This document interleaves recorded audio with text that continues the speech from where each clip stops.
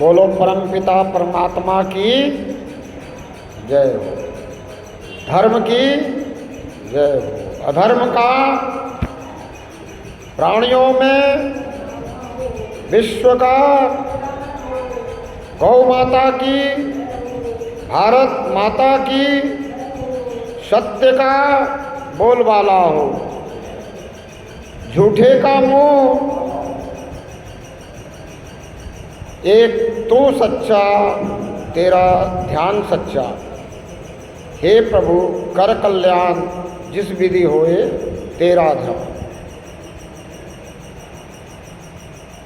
आज आप तक दान और चढ़ावा में क्या अंतर है वो समझाने की कोशिश करूँगा, क्योंकि हम चढ़ावे को दान समझ रहे हैं। चढ़ावा और दान में काफ़ी अंतर है। चढ़ावा हम जो चढ़ाते हैं वो किसी न किसी लालच में या डर में ही चढ़ाते हैं, और दान जो है वो हम श्रद्धा से देते हैं, प्रेम के कारण देते हैं, दया के कारण देते हैं, करुणा के कारण देते हैं, ज़रूरतमंदों को देते हैं, वो दान है। जब हम परमात्मा के नाम पर किसी को कुछ दे रहे हैं या परमात्मा समझ करके किसी मूर्ति के आगे चढ़ा रहे हैं तो वो चढ़ावा है, क्योंकि हम कह रहे हैं कि चढ़ा रहे हैं।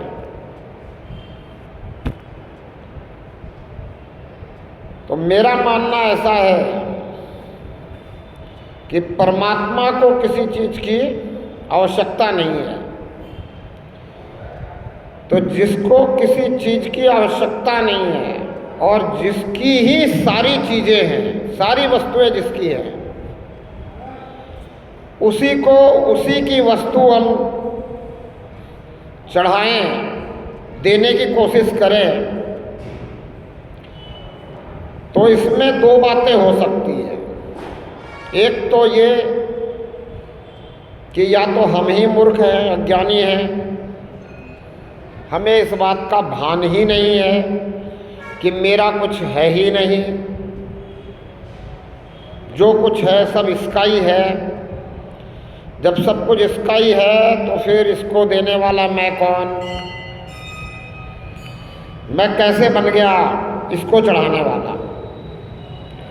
सब कुछ इसका है और इसने मुझे इसका सदुपयोग करने के लिए दिया है, इसका उपयोग करने के लिए दिया है, तो मुझे इसका उपयोग और सदुपयोग इसके सामने, इसके द्वारा बनाई गई इस सृष्टि के लिए ही करना चाहिए। क्यों? क्योंकि इस सृष्टि में मनुष्य जैसा और कोई भी नहीं है जो इस सृष्टि के लिए कुछ कर सके। तो परमात्मा ने हमें इस सृष्टि को, इस धरती को खराब करने के लिए नहीं भेजा, सजाने संवारने के लिए भेजा है। और हम क्या कर रहे हैं? इसको बिगाड़ दिया है। बिगाड़ रहे हैं नहीं, बिगाड़ दिया है और अभी भी बिगाड़ रहे हैं। तमाम प्रदूषण हमने फैला दिया है, सिर्फ अपनी चाहतों के कारण, अपनी इच्छाओं के कारण, अपनी अज्ञानता के कारण, अपनी भूल के कारण। अब उस प्रदूषण को हटाने का भी प्रयास हमें ही करना होगा। तो प्रदूषण कैसे हटेगा? तो कहते हैं भाई प्रदूषण फैला क्यों? क्योंकि आपने वृक्षों को ज़्यादा काट दिया, आपने वृक्षों की कटाई कर दी, प्राकृतिक जो जंगल थे उनको काट दिया और अपने रहने के लिए कंक्रीटों के जंगल खड़े कर लिए। चलो अच्छी बात है, कोई दिक्कत नहीं है, पर अब आपको करना ये चाहिए कि जहाँ भी जगह हो वहाँ वृक्षारोपण करना चाहिए। वृक्षारोपण करना दान है, क्योंकि वो आप किसी को चढ़ावा नहीं दे रहे, और हम और आप सभी ज़रूरतमंद हैं ऑक्सीजन के। वृक्षारोपण करने से सिर्फ हमारी ही ज़रूरत पूरी नहीं होगी, आज के पीढ़ी की ही ज़रूरत नहीं पूरी होगी, एक आदमी की ज़रूरत पूरी नहीं होगी। जब तक वो वृक्ष रहेगा तब तक ज़रूरतमंदों की ज़रूरत पूरी होती रहेगी।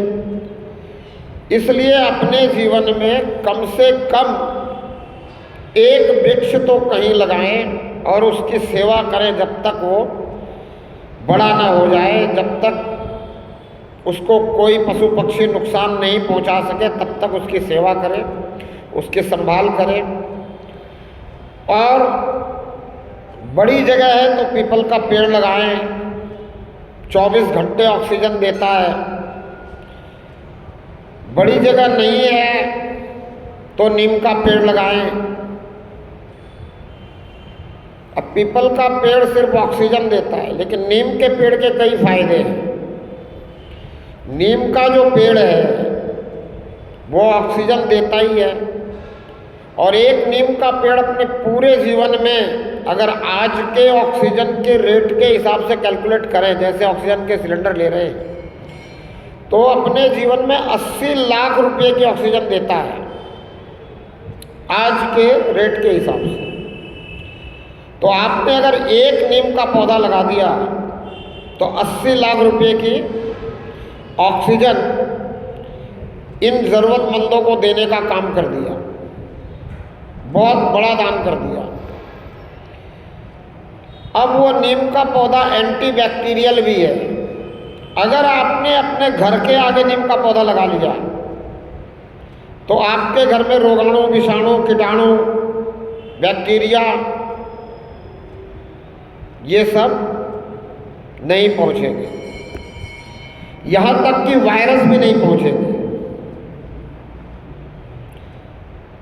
इसका ही कारण है कि जब हमें पहले चेचक रोग होता था, जिसको हम माता कह देते थे, तो उसके लिए समय पे नीम के पौधे को ही सिराने, नीम के पत्तों को, नीम के पत्तों पे सोना, लेटना, बैठना करवाया जाता था। क्यों? क्योंकि जो कीटाणु विषाणु पैदा हो गए शरीर में वो भी मर जाएंगे और दूसरे नहीं आएंगे और दूसरे को ये नहीं फैलेगा। और आज भी जब हम स्तुति करते हैं किसी भी मातृशक्ति का, दुर्गा या काली के रूप में, तो नीम के पौधे का प्रयोग करते हैं, नीम की टहनियों का प्रयोग करते हैं। वो इसीलिए करते हैं ताकि समाज को ये पता चल पाए कि नीम का पौधा जो है एंटीबैक्टीरियल है और माता की शक्ति की पूजा सभी करते हैं। तो भीड़ भी ज़्यादा होती है, जहाँ शक्ति की पूजा हो वहाँ भीड़ होती है, तो सब शक्ति के उपासक हैं। इसीलिए हमारे देश में 52 शक्तिपीठ है, पर ज्योतिर्लिंग कितने हैं? 12 ही है। क्यों? शक्ति के उपासक ज़्यादा है। सबको शक्ति चाहिए, सबको पावरफुल बनना है, और जितनी शक्तियां हैं वो सब मातृशक्तियों के पास है। धन लक्ष्मी जी के पास है, विद्या सरस्वती जी के पास है, सहन शक्ति दुर्गा और काली जी के पास है। जब सहन शक्ति से ऊपर हो जाए तो अपार शक्ति दुर्गा जी और काली जी के पास है। तो जितनी भी प्रकार की शक्तियां हैं वो सब मातृशक्ति के पास है। और आज का पुरुष समाज वो चाहता है कि ये शक्ति मेरे अधीन रहे। ये बड़ी गड़बड़ विडंबना है। और यही कारण है कि आज जो है घरों में कलह है। भाई, जब परमात्मा ने आपको इतनी शक्ति दी ही नहीं कि आप विलक्षण मातृशक्ति को अपने दबाव में रख पाओ, अपने प्रभाव में रख पाओ, तो आप ऐसा क्यों करना चाहते हैं? तो मैं निवेदन करता हूं कि दबाव और प्रभाव में ना रखें, परंतु इनके सलाह अनुसार इनकी मान करके, इनको शक्ति स्वरूपा मान करके ही चले। और मैं एक बात कहता हूं कि लक्ष्मी, सरस्वती, दुर्गा और काली को पूजते हो लक्ष्मी, सरस्वती, दुर्गा और काली। अगर अपना भला चाहते हो तो पूजना शुरू कर दो घरवाली। जिस दिन घरवाली को पूजना शुरू कर दोगे, घरवाली की बात मानना शुरू कर दोगे, घरवाली को देवी रूप में स्वीकार कर लोगे, जिस रूप में वो आई थी लक्ष्मी रूप में स्वीकार कर लोगे, बात बन जाएगी। शक्ति के आगे समर्पित रहना होता है। अगर तुम शक्ति के आगे समर्पित हो जाओ तो बात बन जाएगी। और जिसमें शक्ति होती है ना, उसमें विनम्रता होती है। तो हम तो ये देखते हैं कि मातृशक्ति में विनम्रता तो बहुत है, वो तो हमेशा झुकने को तैयार है। पर गड़बड़ तब होती है जब हम और ज़्यादा झुकाना चाहते हैं। हम चाहते हैं बस हमारी तरह से चले। हम लेके लक्ष्मी आते हैं। हमें बताया जाता है कि भाई आज आपकी शादी हुई है तो आपका पाणी ग्रहण संस्कार हुआ है, आपके साथ आपकी गृह लक्ष्मी आई है। लेकिन इस गृह लक्ष्मी के घर में आने के बाद भी घर की जो बागडोर है और घर में जो लक्ष्मी हमें इस्तेमाल करनी है उसको हम अपने ही हाथ में रखना चाहते हैं। जब गृह लक्ष्मी घर में आ गई तो बाकी जो लक्ष्मी है वो उसको सौंप दो कि चल भाई तू चला। अब लोग कहते हैं महाराज आज की व्यवस्थाएं बदल गई है, आज प्रवृत्ति बदल गई है, प्रकृति बदल गई है। वो गृह लक्ष्मी को संभालने में असफल भी हो जाती है। मैं ऐसा नहीं मानता। क्यों नहीं मानता?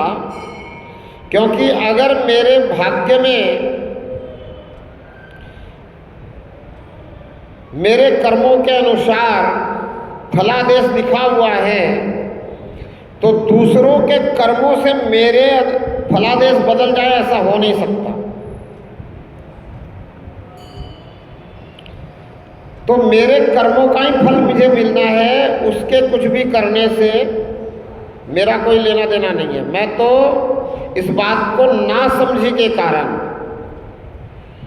कि भाई मुझे मेरे कर्मों का ही फल मिलेगा और किसी के कर्मों का फल नहीं मिलेगा, मैं दूसरों पे परेशान होता रहता कि उसने ऐसे कर दिया, उसने ऐसे कर दिया। किसी ने कैसा नहीं किया, तुमने जैसा किया वैसा तुम्हारा फल है। वैसी अवस्था, वैसी व्यवस्था, वैसे लोगों से तुम्हारी योग संयोग, इसमें किसी की कोई गलती नहीं है। और इसी बात को समझाने के लिए हमें वाल्मीकि जी की एक कथा बताई जाती है। बेशक वो दंत कथा हो या सही हो, उससे हमें मतलब नहीं, पर कथा इसलिए बताई जाती है कि आप ये समझ जाओ कि दूसरा कोई भी आपके कर्मों का फल न लेगा न देगा। और ये कथा सबने सुन रखी है कि वाल्मीकि जी को नारद जी घर भेज देते हैं, बोले जा पूछ के आ।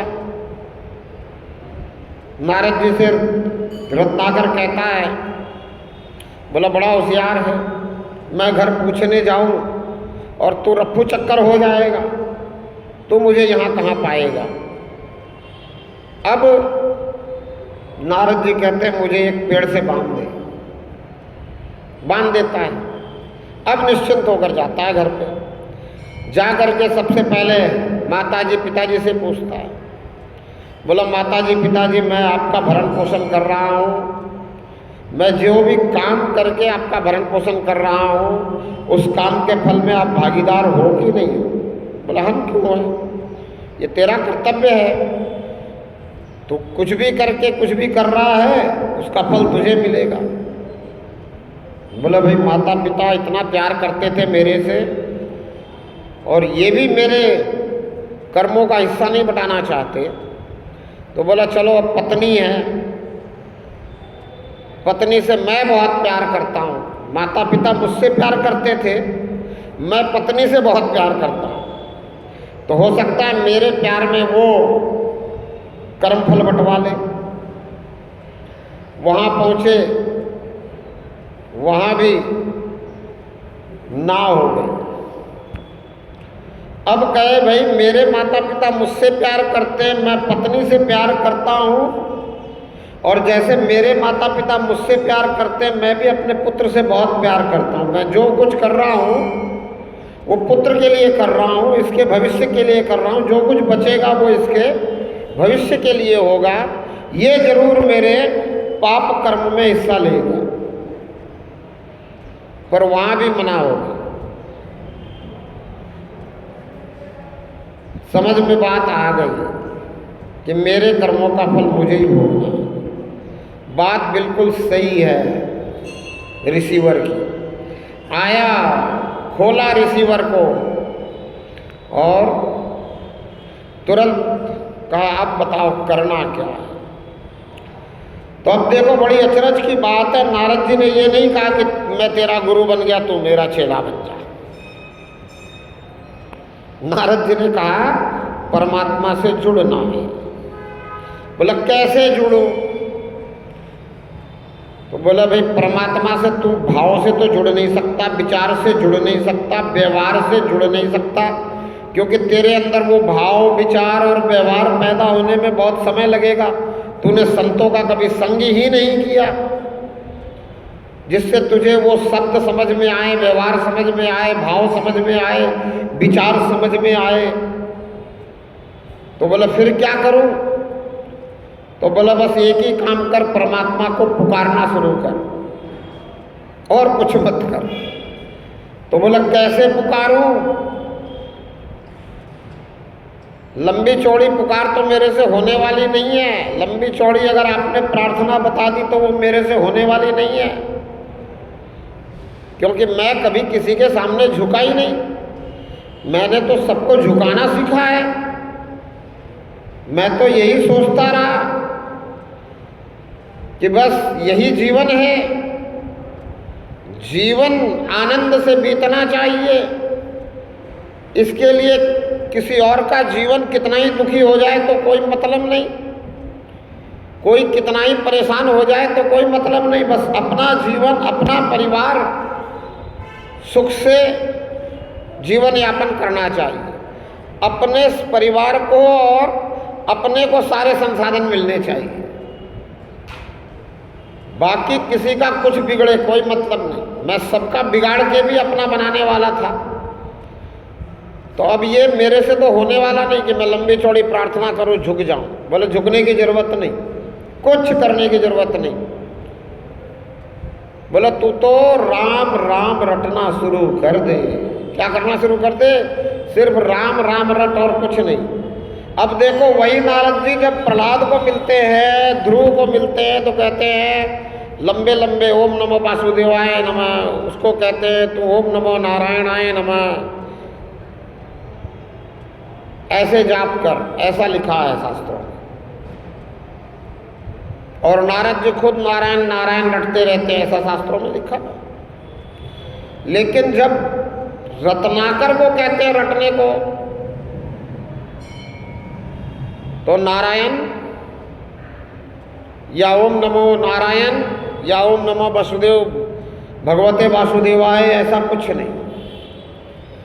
तो इसका मतलब क्या है कि जैसी जिसकी प्रवृत्ति हो उसी के हिसाब से संत उसको परमात्मा से जुड़ने की युक्ति बता देते हैं।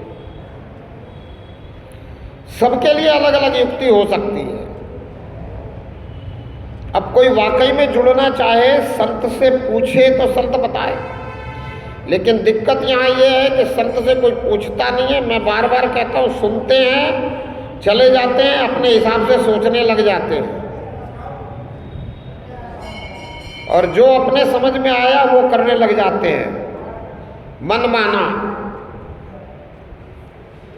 जैसी बुद्धि में आ गई वो करने लग जाते हैं। अब बुद्धि में तो सारी दुनियावी बातें घुसी हुई है, दुनिया से ही प्रेम है, दुनिया के संसाधनों से ही प्रेम है, तो बुद्धि में वही बात आती है कि जैसे रिश्वतखोर कर्मचारी के चढ़ावा चढ़ा करके काम निकलवा लेते हैं, परमात्मा को भी चढ़ावा चढ़ा दे, काम निकल जाए। सही बात बुद्धि में आती नहीं है। तो रत्नाकर जी को क्या कहा?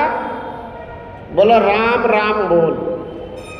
अब आप भी अगर राम राम रटने लग जाओ, राम राम राम राम राम राम राम राम राम राम राम राम राम राम राम राम, अब सामने वाला कोई दुर्बुद्धि हो तो उसे सुनाई तो मरा मरा ही पड़ेगा। अब रत्नाकर जी से मिलने वाले कैसे लोग होंगे आप बताओ? नारद जी के जाने के बाद कैसे लोग मिले होंगे? भाई हमारे यहाँ तो कहते हैं, हरियाणा में, राजस्थान में, बोला ढेड़ को ढेड़ तो गंगा किनारे भी टकर जाता है। अब रत्नाकर मतलब उस समय का ढेड़, ढेड़ मतलब बदमाश। अब बदमाश के साथ कौन मिले होगा? वहाँ किसने उसको समझा होगा, किसने जाना होगा, किसने पहचाना होगा, किसने सुना होगा राम राम करते हुए? तो वो कर तो राम राम रहे हैं, लेकिन सामने वाले को मरा मरा सुनाई पड़ रहा है। इसलिए बाद में ये चर्चा हो गई कि मरा मरा करके भी वाल्मीकि तर गया, रत्नाकर तर गया, वाल्मीकि हो गया। अब बताओ कि वाल्मीकि जी ने रत्नाकर से वाल्मीकि बनने के बाद रामायण लिखी, तो जिस समय नारद जी ने उनको राम शब्द दिया रटने के लिए, ये राम कौन? भाई वाल्मीकि जी ने रामायण तो वाल्मीकि बनने के बाद लिखी ना, लेकिन जब वो रत्नाकर थे उसी समय उनको नारद जी ने राम शब्द दे दिया रटने के लिए। ये राम कौन? तो फिर हमारे संत महात्मा जिन्होंने शास्त्र की रचना करी, ऋषि मुनियों ने लिखा कि भाई ये जो राम है ये सृष्टि का रचयिता है। ये जो राम है ये सब जगह रमा हुआ है। यत्र तत्र सर्वत्र रमेति तया रामः। ये राम दशरथ का पुत्र राम नहीं है। ये राम कौन है? बोले जीव जीव में बस रहा है। ये राम कौन है? संपूर्ण संसार में है। सिया राम मैं सब जग जानू। ये पूरा संसार सिया राम मैं है। इस राम की बात है, इस राम का ध्यान हो जाए, इस राम का गुणगान हो जाए, इस राम से प्रीत हो जाए तो बात बने। जो सबके अंदर बैठा है, एक राम दशरथ का बेटा, दूसरा घट घट में लेटा, तीसरे का सकल पसारा, और ये राम है जग से न्यारा। जग से न्यारा है जग में होते हुए, सकल पसारा होते हुए भी जग से न्यारा है। ये बात समझ में आ जाए और ये अंदर जो है मैं आत्मा रूप में बैठा हूँ, मेरा प्रेम अंदर बैठे परमात्मा से हो जाए, इस शरीर के अंदर ही अंदर रहते हुए, तो बात बने, अन्यथा सब गड़बड़।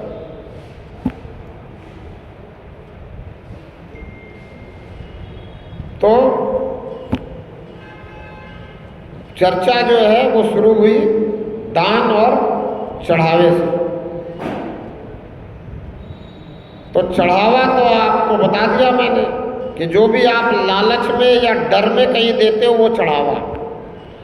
इसीलिए कई लोग रिश्वतखोर कर्मचारी को देने के बाद भी कह देते हैं कि आजकल के तो यही देवता हैं, इनको चढ़ावा चढ़ाओ तो काम आगे बढ़े। अब हम भी अगर इस बात को ऐसे ही करें कि परमात्मा को चढ़ावा चढ़ाए और काम आगे बढ़े, तो समझ लो क्या हाल हमने बना दिया मालिक का। मालिक के प्रति हमारे भाव क्या हैं, हमने मालिक को क्या समझ लिया। और दान वो जो आप श्रद्धा से दो, दान वो जो आप दया और करुणा के कारण किसी को दो, वो क्या है? दान। अब आपको मैंने बताया कि अगर एक आपने नीम का पौधा लगा दिया अपने घर के आगे, तो अपने 2-3 पीढ़ियों के लिए आपने दान कर दिया ऑक्सीजन का। आपने 2-3 पीढ़ियों के लिए वो मकान बना दिया बैक्टीरिया रहित, वायरस रहित, विषाणु रहित, कीटाणु रहित। कितना बड़ा दान है। आपने इस संपूर्ण वातावरण पे, पर्यावरण पे बहुत बड़ा कल्याण का काम कर दिया। तो इसलिए अगर दान ही करना है तो वृक्षारोपण करो ज़्यादा से ज़्यादा। कम से कम अपने जीवन में एक वृक्ष तो पाल पोस के बड़ा करो, और ज़्यादा करो तो बहुत अच्छी बात। अगर हर साल एक वृक्ष लगा पाओ, अपने किसी भी मौके पे, भाई जन्मदिन मनाते हो, कोई और एनिवर्सरी मनाते हो, कुछ और मनाते हो, उस दिन ये फालतू के काम, मोमबत्ती जलाना और फिर बुझाना, ये केक वगैरह काटना जिसमें शाकाहार का प्रयोग कम, मांसाहार का प्रयोग करते ही करते हैं बाजार वाले,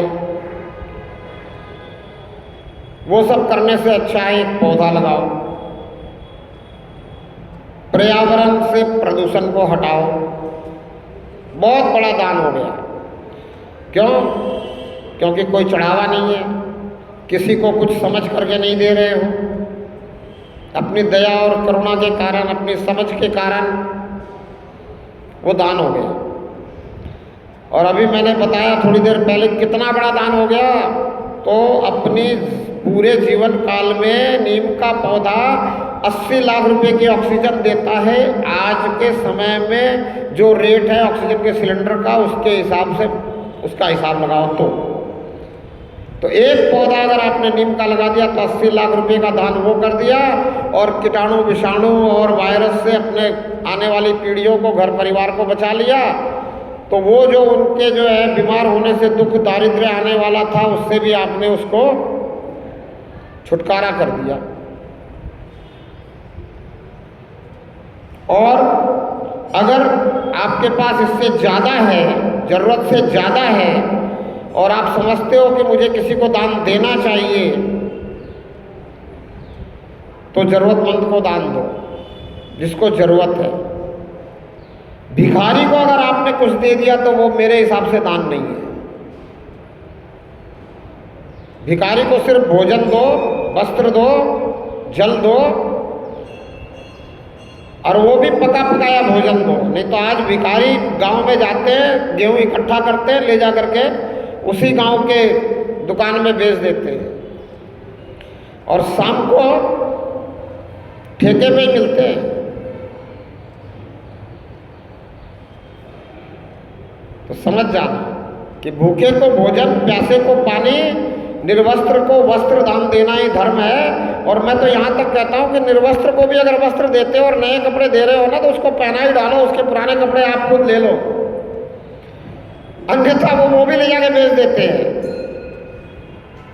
उनका क्या है, उनको नशा करना है, ज़्यादा से ज़्यादा भिखारी नशेड़ी है।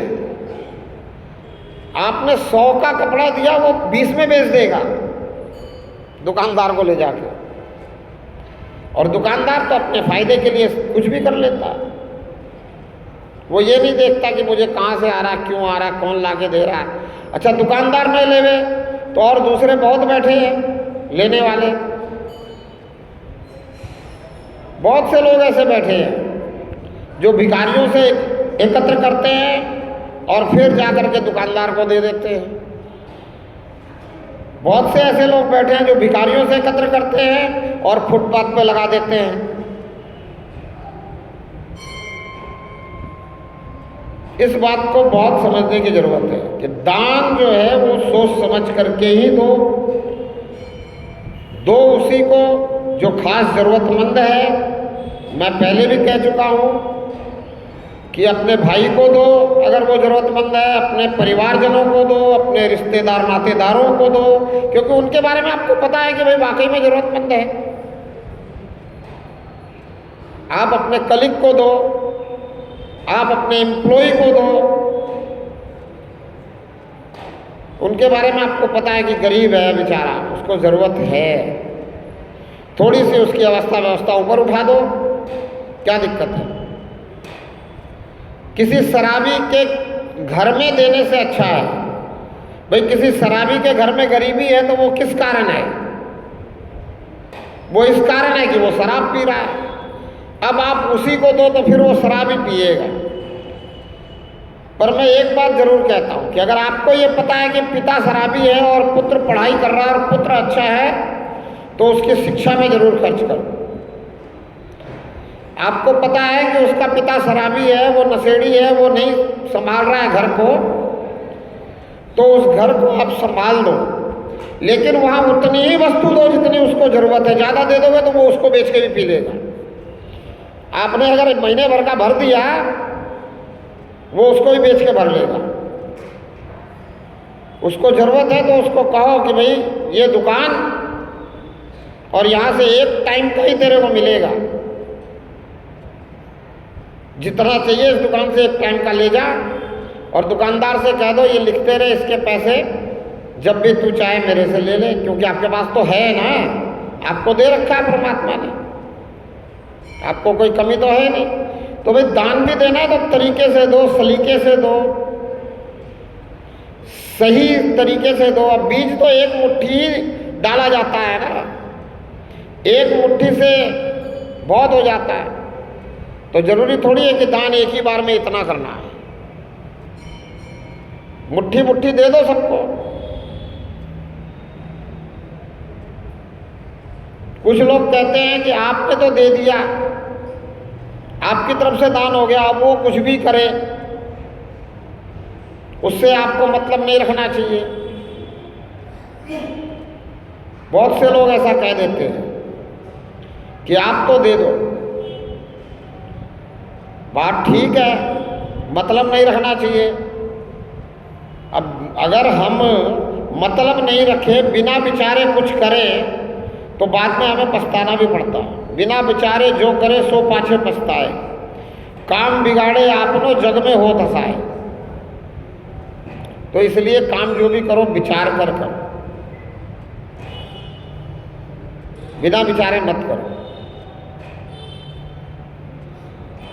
आपने अगर किसी को कुछ दे रहे हो, देना है तो सोच समझ के दो कि ये धर्म की खेती है। दान देना तो सही जगह ही होना चाहिए। बंजर जमीन में बीज कोई नहीं डालता, तो आप क्यों डालो? धर्म की खेती सोच समझ कर करो। चढ़ावे को तो बिल्कुल मैं कहता हूं भूलने में फायदा है। क्यों?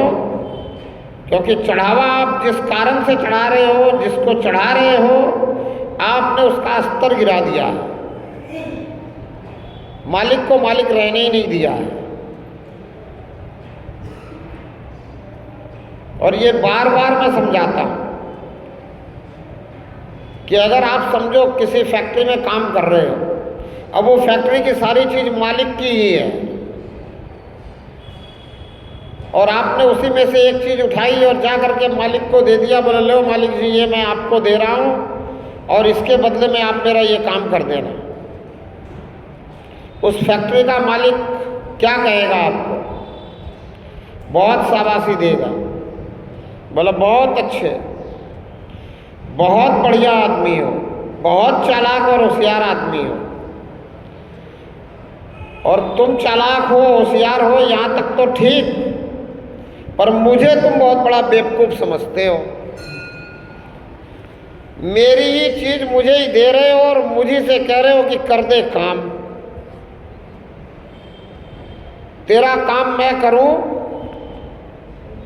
तू मेरा नौकर, उसकी जगह मैं तेरा नौकर बनूं और मेरी चीज मेरे पल्ले तू बांध रहा है। तेरा यहां है क्या जो तू मुझे दे रहा है? तो अब सोचो कि संसार रूपी पूरी फैक्ट्री में जहां हर समय निर्माण चल रहा है, हर समय नव निर्माण हो रहा है, हर समय कुछ ना कुछ प्रोडक्शन हो रहा है, ये पूरी फैक्ट्री परमात्मा की है। इसमें हमारा है क्या जो हम परमात्मा को दें? हमारा कुछ है ही नहीं। हमें तो खुद को परमात्मा के समर्पित करना है, वो हम करते नहीं। हम तो आरती भी गाते हैं तो कहते हैं तेरा तुझको अर्पण क्या लागे है मेरा। मतलब मेरा कुछ नहीं लगता, तेरा तुझको अर्पण कर रहा हूं। लेकिन कभी ये नहीं कहते कि तेरा तुझको अर्पण और मैं भी तेरा हो जाऊं, मैं भी तेरा होए। मैं तेरा नहीं हो रहा, मैं अपने आप को तेरे से अलग रख रहा हूं, मेरा कुछ नहीं लग रहा। बहुत गहरी सोच की बात है, विचार की बात है। पूरी आरती बहुत अच्छी है, लेकिन ये एक लाइन मुझे विचार करने पे मजबूर करती है कि जिस मैं मेरा को छोड़ना है, जिस मैं मेरा से छूटने के लिए मुझे संतों ने बताया है, यहां मैं अपने आप को आरती में बांध लेता हूं कि क्या लागे है मेरा।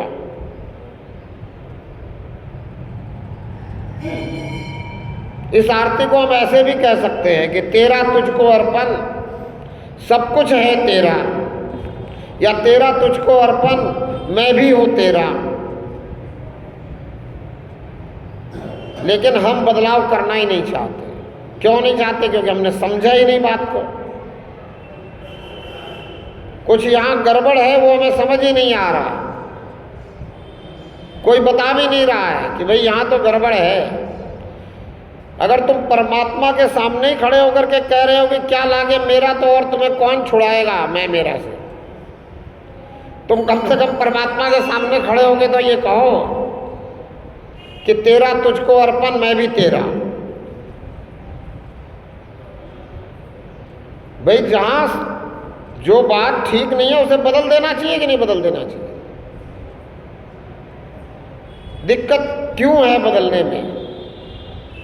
जबकि सनातन के जो भी अनुयायी रहे हैं वो हमेशा सत्य के खोजी रहे हैं। तो जो सत्य है उसे वहाँ पे रख देने में और जो गड़बड़ है उसको वहाँ से हटा देने में क्या दिक्कत है? सुधार में क्या दिक्कत है? संशोधन में क्या दिक्कत है? सुधार तो सबसे बड़ी सेवा है। अगर कोई व्यक्ति शराबी है और उसको आपने सुधार दिया और वो शराब पीना बंद कर दिया, नशा बंद कर दिया, तो वो बहुत बड़ी सेवा हो गई। इसीलिए तो बहुत बड़े बड़े नशा मुक्ति केंद्र भी खुले हुए हैं। क्यों? क्योंकि भाई वो अगर एडिक्ट है किसी चीज़ का और वो उसमें सुधार हो जाए तो अच्छी बात है, सेवा हो गई। तो अगर हमारे कहीं शास्त्र में, आरती में या किसी भी चीज में कोई हमें समझ में आती है कि भाई थोड़ी सी भूल किसी से हो गई है तो उस भूल को सुधारने में कोई दिक्कत नहीं है।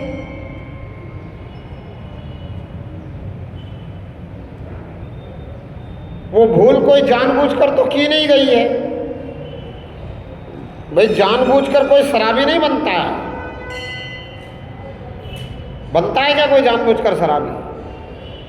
नहीं बनता है। वो तो अज्ञानता में, अनजाने में, भुलेखे में, गलत संगत में, गलत विचारों के होने के कारण नशे में आ जाता है। तो हम उसमें सुधार कर सकते हैं। तो अगर यहां भूल हुई है तो यहां सुधार करने में क्या दिक्कत है? कोई दिक्कत नहीं है। अब आप किताबों में नहीं सुधार कर सकते, आपके पास वो सामर्थ्य नहीं है, तो आप अपने विचारों में सुधार कर दो। जिस समय वो आरती चल रही होती है आप उस लाइन को अपने हिसाब से सही बोलना शुरू कर दो। आपके भाव सही हो गए तो बात बन जाएगी। अब आपको किसी संत ने ये बता दिया, पहली भक्ति आप करने आए, संत का संग करने आए, संत ने ये बता दिया, तो फिर वही बात मैं बार बार दोहराता हूँ कि दूसरी भक्ति शुरू करो। आप भी दूसरों को बताओ कि भाई ये भूल है, इस भूल को सुधार लेना चाहिए। दूसरी भक्ति शुरू हो गई। प्रथम भक्ति संतत कर संगा, दूजी मम रति कथा प्रसंग। अब जब समझाने जाओगे तो कुछ ना कुछ परमात्मा का गुणगान भी करोगे। भाई सीधा सीधा कहने से तो कोई मानने वाला नहीं है। अगर सीधे सीधे कुछ बातें कह देने से कोई मान लेता तो हमारे ऋषि मुनियों को इतने शास्त्र लिखने की जरूरत नहीं थी। वेद व्यास जी ने इतने शास्त्र लिखे, वेद लिखे, 18 पुराण लिखे, 6 और शास्त्र लिखे, उपनिषद वगैरह ये सब संतों ने लिखे। इनकी जरूरत क्या थी? सीधे सीधे कहने से कोई मानने वाला नहीं था। और जब वेद व्यास जी ने 18 पुराण लिख दिए तो उनको पूछा गया कि भाई आपने ये 18 पुराण क्यों लिखे? तो उनका जवाब भी यही था कि बतानी तो सिर्फ एक ही दो बात थी, लेकिन 18 पुराण लिखने पड़े इतनी सी बात बताने के लिए, क्योंकि सीधी बात को कोई मानने को ही तैयार नहीं हो रहा। तो बोले अष्टादश पुराणेषु व्यासस्य द्वैवचनम् परोपकाराय पुण्याय पापाय पर पीड़नम। बोले बस इतनी सी बात बतानी थी कि परोपकार करना पुण्य है और दूसरे को पीड़ा देना पाप है। तुम दूसरे को पीड़ा देना बंद करो, दूसरे का उपकार करना शुरू करो। इतनी सी बात बतानी थी। इतनी सी बात बताने के लिए हमने 18 पुराण जो है ये रच डाले। तो जब आप कोई किसी को बात बताने जाओगे तो आपको भी रचना करनी पड़ेगी, भूमिका बनानी पड़ेगी। तो जब भूमिका बनाओगे, रचना करोगे तो परमात्मा का गुणगान हो जाएगा। हो जाएगा कि नहीं हो जाएगा? तो दूसरी भक्ति शुरू हो जाएगी। और भक्ति के इस मार्ग पे आपको आगे से आगे बढ़ना ही चाहिए। बढ़ना चाहिए कि एक ही जगह रुक जाना चाहिए, पहली सीढ़ी पे अटक जाना चाहिए? लेकिन हम अटके हुए पड़े हैं। क्यों? क्योंकि हमें किसी ने बताया ही नहीं कि इससे आगे बढ़ो। संत तो आगे बढ़ गए, वो पहली सीढ़ी में आए, संतों का संग किए, संत बन गए और आगे बढ़ गए। दूसरी सीढ़ी शुरू कर दी उन्होंने, कथा प्रसंग। स्वयं तो बढ़ गए पर आपको नहीं बढ़ाए। आपको भी तो बढ़ाना होगा। और क्यों बढ़ाना होगा? क्योंकि संत वही है जो अपने समान करे। बोला पारस और संत में एको अंतर हो जाए। पारस तो लोहा कंचन करे, संत करे आप समान। संत अपने समान करना चाहता है। जो संत है वो तो कहेगा कि भाई जितना मैं कर रहा हूं उतना तो तू कर, मेरे से आगे बढ़ जाए तो और अच्छी बात है। असल में तो गुरु वही है जिसका चेला जो है उससे आगे बढ़ जाए। लेकिन आजकल गड़बड़ यही है कि गुरु बना रहता है, चेला चेला ही बना रहता है। गुरु के परिवार वाले गुरु बन जाते हैं, लेकिन गुरु के चेलों में से एक भी गुरु नहीं बन पाता।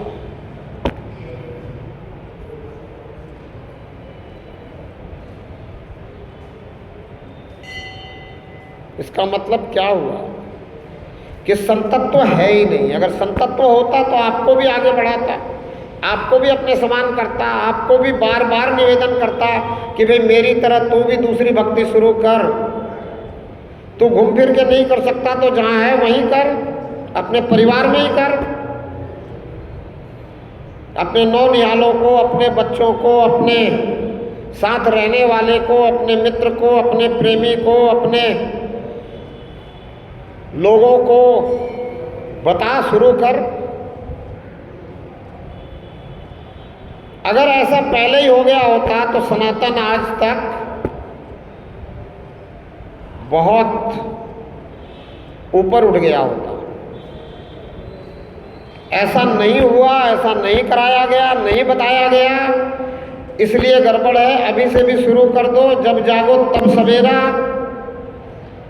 अगर चाहते हो कि वाकई में दुनिया में शांतिमय जीवन मिले आगे आने वाली पीढ़ी को, अगर चाहते हो कि दुनिया में युद्ध बंद हो जाए, भाई युद्ध क्यों हो रहा है? युद्ध इसलिए हो रहा है कि सबको सांसारिक चीजों से ज्यादा प्रेम है और सांसारिक चीजों को सब एक दूसरे से छीनना चाहते हैं।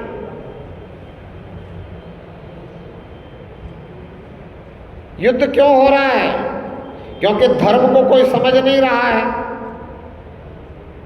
धर्म का उल्टा अधर्म होता है, लेकिन अधर्म को ही धर्म कह करके गुट बना लिया गया है, कबीला बना लिया गया है, गुटबाजी हो गई है और अधर्म ही अधर्म से लड़ रहा है और कह रहा है मेरा धर्म बड़ा और मेरा धर्म बड़ा, मैं अपना धर्म बचा रहा हूं, ये कह रहा मैं अपना धर्म बचा रहा हूं। अरे धर्म बड़ा और छोटा हो ही नहीं सकता। धर्म तो धर्म है। धर्म का बड़ा और छोटा होने का मतलब क्या है? मैं बार बार कहता हूं कि धर्म के मूल क्या है? दया है। ये किसने बताया? संतों ने बताया कि दया धर्म का मूल है। अब जहां आपको दया नहीं दिखे उसे धर्म कैसे मान लोगे? अगर कोई कहे कि जहां दया नहीं है उसे भी धर्म मान लो और फिर कहो कि सब धर्म एक समान है, तो इसका मतलब क्या हुआ? इसका मतलब हुआ कि वो स्वयं भी अज्ञानी है और हम भी अज्ञानता के कारण उसकी बात को मान रहे हैं। हमें जानकारी नहीं है, हमें समझ ही नहीं है कि धर्म का मूल तो दया है और दया तो यहां दिखाई नहीं देती, तो ये धर्म कैसे हुआ? जहां दया तहां धर्म है। जहां दया है वहीं धर्म है, जहां दया नहीं वहां धर्म नहीं। और जो जहां दया होगी, जिसके अंदर दया होगी, वो तो पेड़ पौधों से भी फलों को तोड़कर नहीं खाएगा, नीचे गिरे हुए उठाकर खाएगा। और यही हमारे संत महात्मा करते थे। तो बताओ, जिसके अंदर दया होगी वो किसी जीव को कैसे काट के खाएगा? और अगर कहीं किसी जीव को काट कर खाया जा रहा है, काटा जा रहा है, तो वो धर्म है ही नहीं, वो धर्म हो ही नहीं सकता। अगर कहीं परमात्मा के नाम पे किसी जीव की बलि चढ़ाई जा रही है, उसको काटा जा रहा है, उसको दुख दिया जा रहा है, उसको पीड़ा दी जा रही है, तो वो धर्म का काम हो ही नहीं सकता। आप बताओ, परमात्मा ने कहा किसी को कि भाई मेरे लिए बलि चढ़ाओ? ये चढ़ाने वाले खुद की इच्छा के कारण खुद उनको उसका भोग करना है, इसलिए आपको उल्टी सीधी बात समझा करके, चूंकि आप लालच में हो और डर में हो, अज्ञानता में हो, इसलिए उनकी बात समझ करके इस अधर्म के कार्य को करने लग जाते हो और इसी को धर्म समझ लेते हो। ये धर्म है कहाँ? उसी को दान समझ लेते हो। वो दान है कहाँ?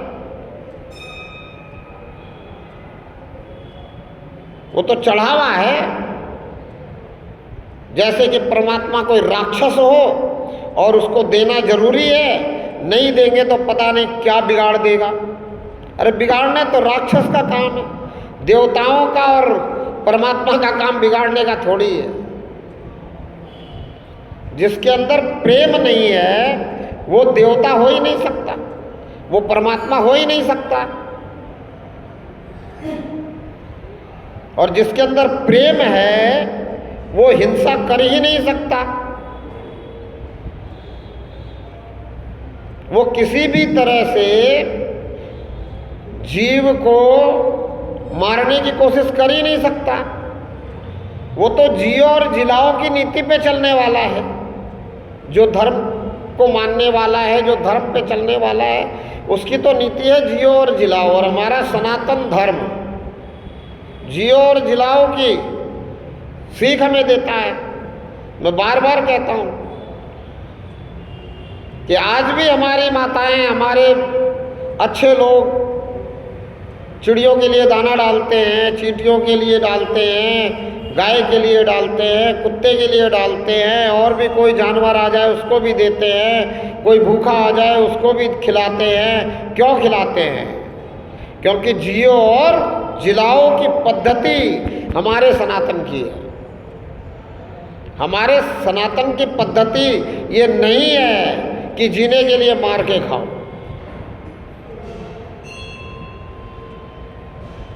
और जहाँ जीने के लिए मार के खाओ ये बात शामिल है, वो धर्म है ही नहीं, वो अधर्म है। इसलिए सब धर्म होते ही नहीं, धर्म तो एक ही है, इंसानियत, मानवता। और ये सिर्फ है सनातन में, और कहीं है ही नहीं। और कहीं हो दिखे तो बता दो। और अगर कोई कहता है कि मैं फलाने धर्म को मानता हूं तो बहुत गड़बड़ है। धर्म अलाना फलाना ठिकाना नहीं होता। ये धर्माचार्यों ने, मौलवियों ने, राजनीतिज्ञों ने, पादरियों ने, पाठियों ने सब गड़बड़ घोटाला किया अपना अपना वर्चस्व बनाने के लिए। धर्म तो धर्म है,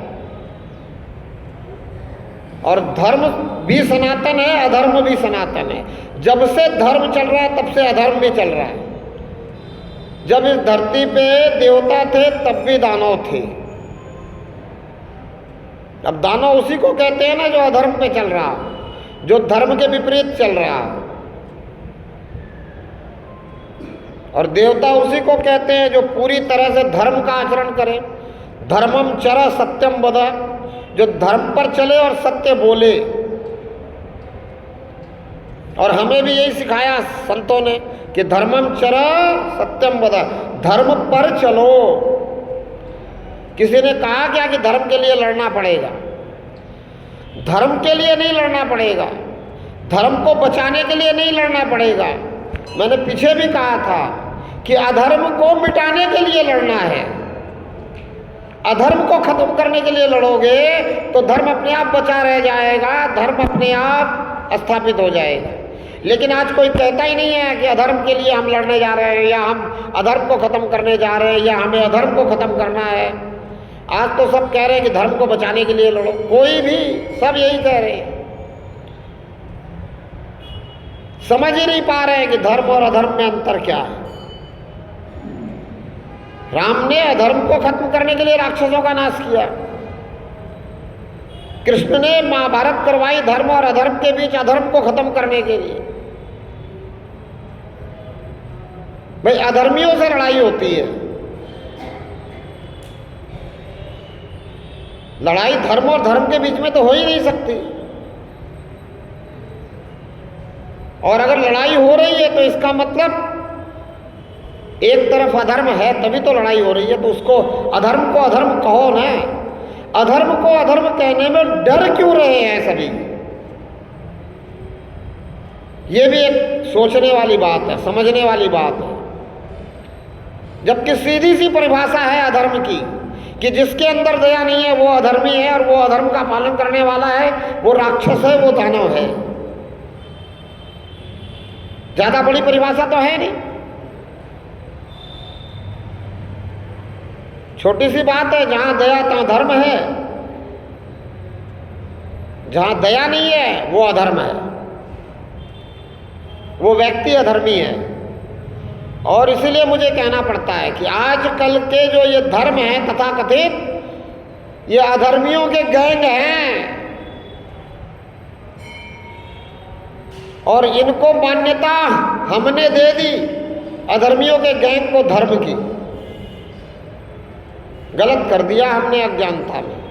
अभी भी समझो, समझ का फेर है, समझने तक की देर है। समझ जाओ तो देर नहीं हुई है, जब जागो तब सवेरा। समय सीमा की समाप्ति। और अब गीता अध्याय 15 श्लोक संख्या, अच्छा अध्याय 16 शुरू हो जाएगा आज, वो खत्म हो गया अध्याय 15-20 पे। ठीक है, बहुत अच्छी बात है। बोलो परमपिता परमात्मा की, धर्म की, अधर्म का, विश्व का, प्राणियों में गौ माता की, भारत माता की।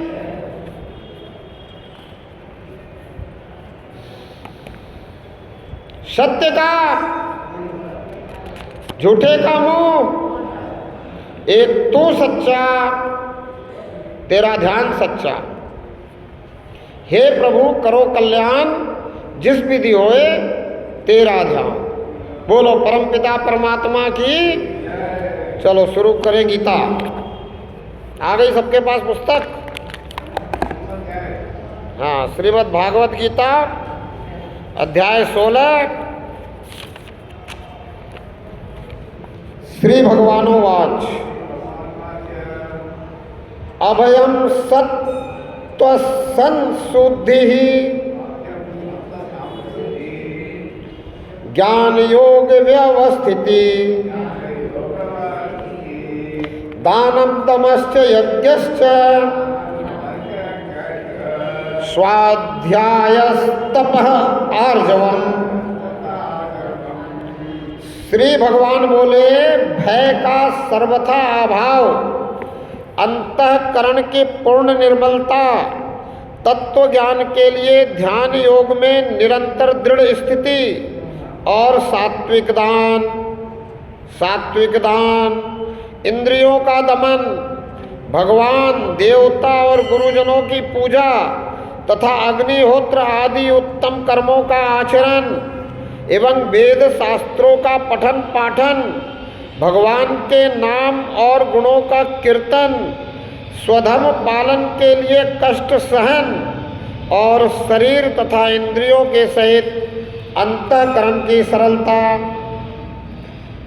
अहिंसा सत्यम क्रोधस्त्यागः शांतिर्पैशुनम दयाभूतेस्त्वलोलुप्त्वं मार्दवम हीरचापलम।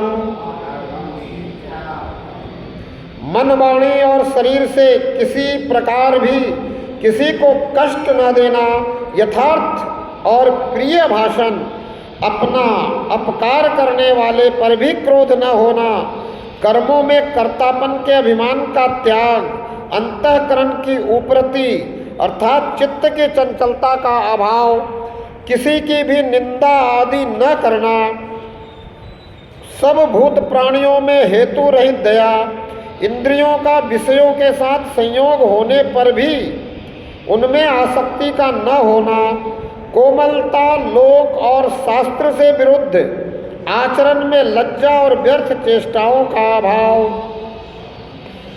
तेजः क्षमा धृति शौचम रुद्रो होनातिमानिता भवन्ति संपदम देवीं विजातस्य भारत।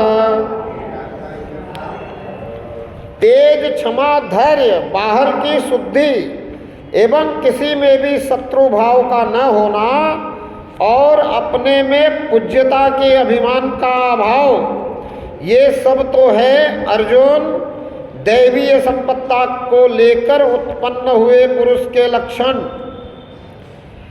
दंभो दपो अभिमानश्च क्रोध पारुष्यमेव च अज्ञानम च अभिजातस्य पार्थः संपदमासुरम्।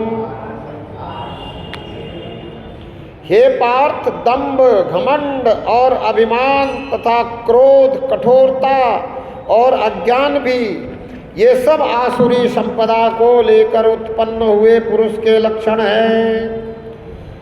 दैवी संपदा मोक्षाय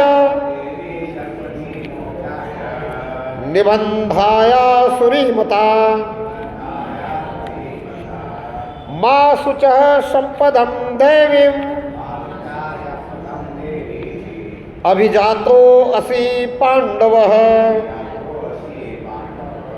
दैवी संपदा मुक्ति के लिए और आसुरी संपदा बांधने के लिए मानी गई है। इसलिए हे अर्जुन, तू शोक मत कर, क्योंकि दैवी संपदा को लेकर उत्पन्न हुआ है।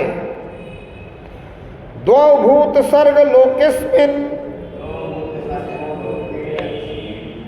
दैव आसुर एव च दैवो विस्तरशः प्रोक्ता आसुरम पार्थ में शृणु। हे अर्जुन, इस लोक में भूतों की सृष्टि यानी मनुष्य समुदाय दो ही प्रकार का है, एक तो दैवीय प्रकृति वाला और दूसरा आसुरी प्रकृति वाला। उनमें से दैवी प्रकृति वाला तो विस्तार पूर्वक कहा गया है। अब तू आसुरी प्रकृति वाले मनुष्य समुदाय को भी विस्तार पूर्वक मुझसे सुन। प्रवृत्तिम च निवृत्तिम च जनान विदुरासुरा न शौचम नापि च चारो न सत्यम तेषु विद्यते।